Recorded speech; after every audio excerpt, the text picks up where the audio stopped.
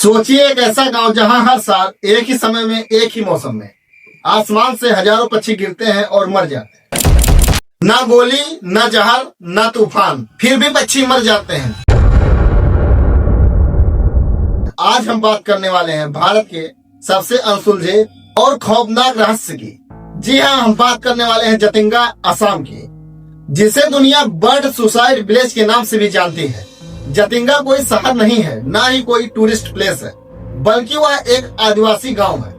असम के दीमा हसाओ जिले का यह एक मामूली सा गांव, चारों तरफ घने जंगल, नीचे गहरी घाटी और ऊपर पहाड़ों से घिरा हुआ यह गांव समुद्र तल से लगभग 15,000 फीट की ऊंचाई पर स्थित है। दिन में यह गांव बिल्कुल नॉर्मल लगता है, लेकिन रात होते ही यह पूरी तरीके से बदल जाता है। इस रहस्य की शुरुआत 1900 के आसपास हुई थी, जब गांव वालों ने देखा कि सितंबर से नवंबर महीने के बीच अमावस्या की रात जब धुंध और हल्की बारिश होती है तो आसमान से पक्षी घबराए हुए अजीब आवाज करते हुए गांव में लगी लाइटों से टकरा टकरा कर मर जाते हैं। और न सिर्फ गांव में लगी हुई लाइटों, बल्कि पेड़, घर, खंभे हर किसी से टकरा कर अपनी जान दे देते हैं। सुबह होते होते गांव में मरे हुए पक्षियों का ढेर लग जाता है।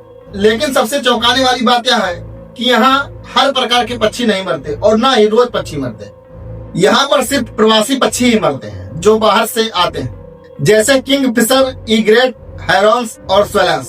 और सबसे अजीब बात यह है कि दिन में सब कुछ नॉर्मल रहता है, सिर्फ यह घटना रात में ही घटित होती है। शुरुआत में गांव वालों को लगा यह भूत प्रेत का मामला है, कोई अशुभ शक्ति है या पहाड़ी पर कोई अदृश्य ताकत। कुछ जनजातियों का मानना था कि पहाड़ों की आत्माएं पक्षियों को बलि के लिए बुलाते हैं। कई सालों तक लोग जानबूझकर लाइट जलाते थे ताकि पक्षियां मरे और वह उन्हें पकड़कर खा सके। किंतु कुछ ही समय में यह बात पूरी दुनिया में आग की तरह फैल गई। भारत और विदेश से ओर्निथोलॉजिस्ट यानी पक्षी वैज्ञानिक आए। उन्होंने लगभग 30 साल इस पर रिसर्च की और वैज्ञानिकों ने इस घटना के पीछे जो वजह बताई वह यह थी मौसम, घना कोहरा, हल्की बारिश और तेज हवा। यह सब एक ऐसे जगह जो चारों तरफ से पहाड़ी से घिरा है, नीचे गहरी खाई है और ऊपर बड़े बड़े पर्वत हैं। वहाँ पर एक वैक्यूम सा बनाती है जो हवा तेजी के साथ ऊपर की तरफ उठता है और गांव में जलने वाली तेज पीली लाइट पक्षियों को दिशा भ्रम कर देता है। उन्हें लगता है कि यहाँ सवेरा हो रहा है और पक्षी उसी की तरफ चल देते हैं, किंतु उन्हें यह नहीं पता होता कि वो जिसे लाइट समझ के जा रहे हैं वह जमीन की तरफ जा रहे हैं।